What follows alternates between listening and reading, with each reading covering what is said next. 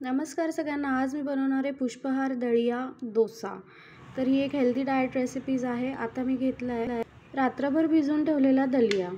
आता मी तो मिक्सरमध्ये वाटून घेणार आहे.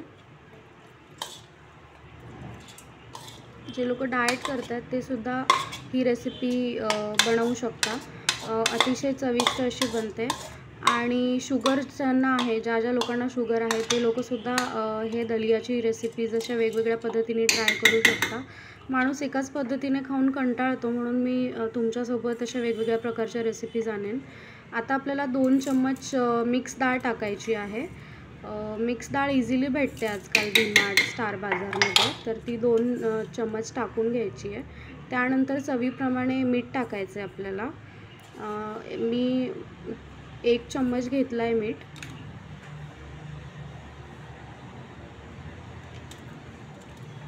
आता आपल्याला एक लाल मिरची टाकायची आहे. ॲक्च्युली लाल मिरचीने पण एक वेगळीच चव येते. थोडासा जिरा टाकायचा आहे आणि लसूण टाकायचं आहे आणि ह्या सगळ्यांना एक मस्त पेस्ट बनवून घ्यायची आहे.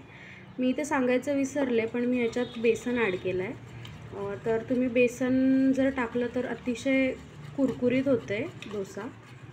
बॅटर मस्त मिक्स करून घेतलं आहे. आता तवा ठेवला आहे. तवा गरम झाल्यावर तव्यावर थोडंसं तेल टाकायचं. तवा गरम झाला आहे. आता तव्यावर थोडंसं तेल टाकून घेतलं आहे आपण. आता थोडंच बॅटर टाकायचं, जसं आपल्याला फिरवता येईल.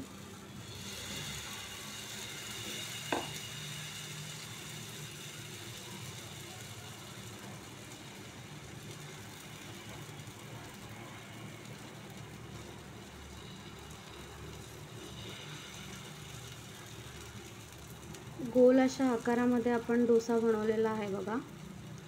आणि आता ह्याला मस्त एकदा वाफू द्यायचं. अतिशय पौष्टिक असा डोसा आहे बघा हा, मल्टीग्रेनचा. तर आता ह्याला आपण दुसऱ्या बाजूने भाजून घेऊयात.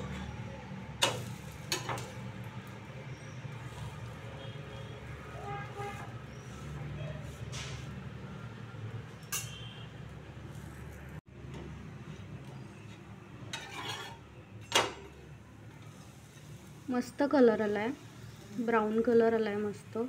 आणि कडक पण झाला आहे डोसा, म्हणजे एकदम कुरकुरीत लागणार खायला. आणि चव तर आता ते खाल्ल्यावरच कळणार. आणि मी पहिल्यांदा बनवते आहे, ह्याच्या अगोदर मी हे कधीच बनवलं नाही आहे. माझ्या डोक्यात आलं की काहीतरी आपण नवीन बनवून बघूयात, जमतं आहे का. आणि हे जमलं आहे, हे डोसा बघूनच कळतं आहे. हा डोसा झाला. असंच दुसरा पण आपण डोसा बनवून घेऊयात. परत सेम करायचं आहे. थोडंसं तेल टाकून घ्यायचं आणि मस्त बॅटर असं मिक्स करून घ्यायचं. आणि गरम गरम आता तवा एकदम मस्त तापला आहे, त्यावर आपल्याला बॅटर टाकायचं आहे आणि स्प्रेड करून घ्यायचं आहे छान.